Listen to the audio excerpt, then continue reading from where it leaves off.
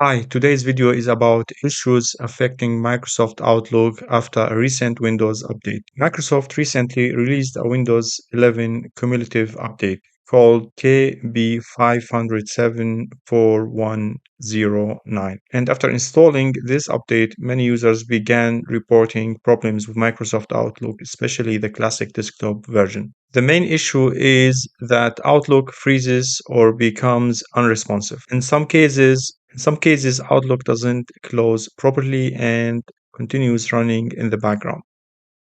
When users try to reopen it, Outlook may refuse to start or show a message saying it's already running.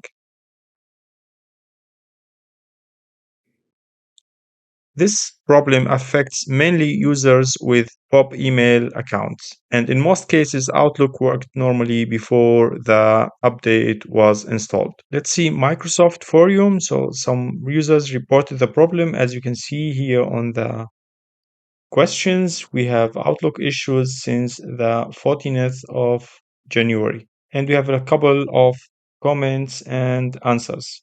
You can solve this problem using Stella Outlook Repair tool. As you can see on my screen, this is the tool and this is where you can download it. On the right side of the page, there is also a banner highlighting the recent issue caused by the Windows update. I've already downloaded the tool and it's open here on my screen. As you can see, a small window appears asking whether you want to list your Outlook profiles automatically or choose a profile manually. I'm going to use the automatic option and click OK. I have two profiles, so I'm going to choose one of them and press on OK.